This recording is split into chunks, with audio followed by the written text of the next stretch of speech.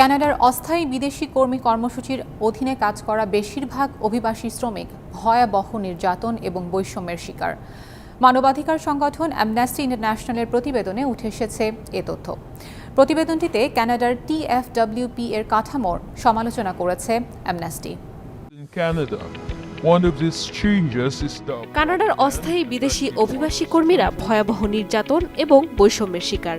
এক প্রতিবেদনে একথা জানিয়েছে মানবাধিকার সংগঠন অ্যামনেস্টি ইন্টারন্যাশনাল। সম্প্রতি প্রকাশিত প্রতিবেদনে অ্যামনেস্টি কানাডার অভিবাসী শ্রমিক নিয়োগ কাঠামোর সমালোচনা করেছে। সংস্থাটির দাবি, নিয়োগের এই TFWP কর্মসূচির অধীনে রয়েছে বেশ কিছু নিয়ম, যার প্রয়োগে নিয়োগকর্তারা কৃষি, খাদ্য প্রক্রিয়াকরণ, নির্মাণ সহ বিভিন্ন ক্ষেত্রে প্রাথমিকভাবে কম বেতনের চাকরিতে অভিবাসী কর্মী নিয়োগ দেন।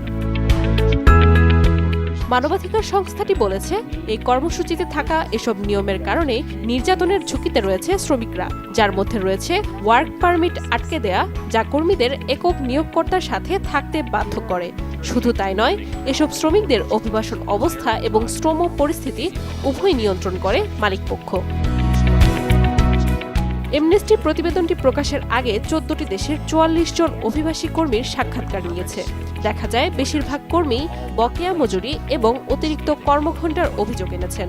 কিছু কর্মী অ্যামনেস্টিকে জানান, তাদের চুক্তিতে উল্লেখ নেই সাপ্তাহিক অন্তত একদিন ছুটির কথাও।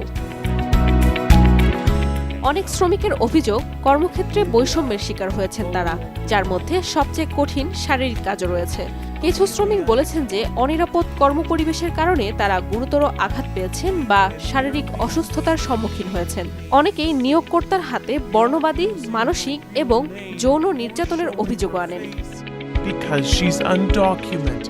TFWP-র অধীনে থাকা শ্রমিকদের হরহামেশায় দেয়া হয়েছে হুমকি এবং রাখা হয় কঠোর নজরদারিতে, এমন অভিযোগ আনেন অনেকেই। আবার কেউ কেউ বলছেন, পাসপোর্ট জব্দ করে রেখেছিলেন তার নিয়োগকর্তা। অ্যামনেস্টি আরও বলেছে যে অনেক শ্রমিক অপর্যাপ্ত আবাসন পরিবেশে বসবাসের কথা জানিয়েছেন।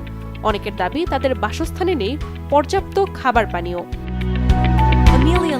কানাডার সরকার মার্কিন গণমাধ্যম CNN-কে জানায়, অ্যামনেস্টির প্রতিবেদন সম্পর্কে অবগত তারা। Grew to almost 2.8 million in the second quarter.